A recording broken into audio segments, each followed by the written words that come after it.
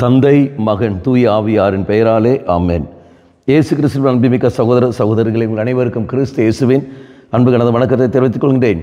இன்று நற்செய்தி பாகமானது லூக்கா நற்செய்தி 11ஆம் அதிகாரம் 42 முதல் 46 வரையில திருவாக்கியங்கள். குறிப்பாக 45வது வாக்கியம். திருச்சட்ட அறிஞருள் ஒருவர் அவரை பார்த்து, போதகரே, இவற்றை சொல்லி எங்களை இழிவுபடுத்துகிறீர் என்றார். அப்போ இயேசுடைய வார்த்தையானது அங்கே இருக்கின்ற மக்களை குத்துகிறது. அவர்களுடைய செய்கிற தவறுகளை அதை எடுத்து காட்டும்போது அவர் செய்கிற தவறுகளை அது சுட்டி காட்டுகிறது. அப்போ அவர் என்ன செய்கிறார்கள்? இது நீங்கள் எங்களை நீங்கள் மற்றவர்கள் முன்னிலையில் பரிகசித்து கொண்டிருக்கிறீர்கள், இழிவுபடுத்துகிறீர்கள் என்று. இயேசு அதனால் பயந்து கொண்டாரா? அல்ல இயேசு அதனால் தான் தன்னுடைய பேச்சை மாற்றி விட்டாரா? அல்ல.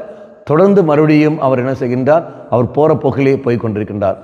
நன்மை செய்வதில் ஒரு நாளும் தளர்ந்து போகாமல் இருக்கின்ற தெய்வம் சொல்ல வேண்டிய வார்த்தையை இறைவனுக்கு ஏற்றபடியே அப்படியே செயல்பட்டு கொண்ட ஒரு செயல்பாடு. எந்த ஒரு மாயம் சேர்க்காமல் சொல்லுகின்ற பணி, செய்கிற பணிகள். அன்பாக நீங்களும் நானும் பாருங்கள், நம்மிடத்தில் ஒப்படைக்கப்பட்ட அந்த அதிகாரம், நம்மிடத்தில் ஒப்படைக்கப்பட்ட அந்த பணி, அந்த பணியை நாம் செய்கின்றோமா? அடுத்தவன் வேதனைப்படக்கூடாது என்பதற்காக அவன் செய்கிற தவறுகள் எல்லாம் நாம் என்ன செய்கின்றோம்? அதெல்லாம் பரவாயில்லை சொல்லிக்கிட்டு போய் கொண்டிருக்கின்றோம். குடும்பத்தில் நடக்கிற காரியம் அதானே, என் மகன் தானே, என் மகள் தானே என்று சொல்லிக்கொண்டு மகனை வேதனைப்படுத்தக்கூடாது, மகளை வேதனைப்படுத்தக்கூடாதுன்னு சொல்லிக்கொண்டு அவர்கள் செய்கிற தவறுகளுக்கெல்லாம் நாம் கூடந்து ஒத்துழைப்பு கொடுத்து கொண்டிருக்கிறோம். எப்படி? மௌனமாக இருப்பதன் வழியாகவும் அவன் செய்கிற தவறுகளை உற்சாகப்படுத்துவதன் வழியாகவும் அவங்களை கண்டிக்க வேண்டிய சமயத்தில் கண்டிக்காமல் சரி பரவாயில்லை என்று சொல்லி விடுகிற சமயத்தில் ஆட்டோமேட்டிக்காக அவனுக்கு என்ன கிடைக்கிறது? லைசன்ஸ் கிடைத்து விடுகிறது. இதற்கு செய்கிற பாவங்களை செய்வதற்கு. அப்பா தானே, அப்பா ஒன்றும் சொல்ல மாட்டார், அம்மா தானே, அம்மா ஒன்றும் சொல்ல மாட்டார்கள். குடும்பத்திலிருந்து ஆரம்பிக்கிறது இந்த மனநிலை. அன்பர்களை சிந்தித்து பாருங்கள். இங்கே இயேசுவை பார்த்து சொல்கிற வார்த்தை, போதகரே, நீங்கள் எங்களை இழிவுபடுத்துகிறீர்கள். இருந்தபோதிலும் இயேசு மன்னித்து விடுங்கள் என்று சொல்லவில்லை.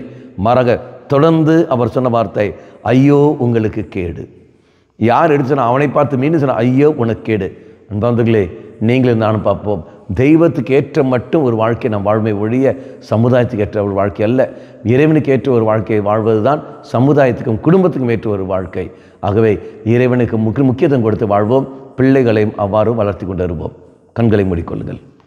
நல்லவனாய தெய்வமே, உம்முடைய வார்த்தையை மாயம் சேர்க்காமல், எங்களுடைய அதிகாரத்தை தவறாக பயன்படுத்தாமல் உமக்கேற்ற ஒரு வாழ்க்கை நாங்கள் வாழ சக்தியை தந்துள்ளோம்.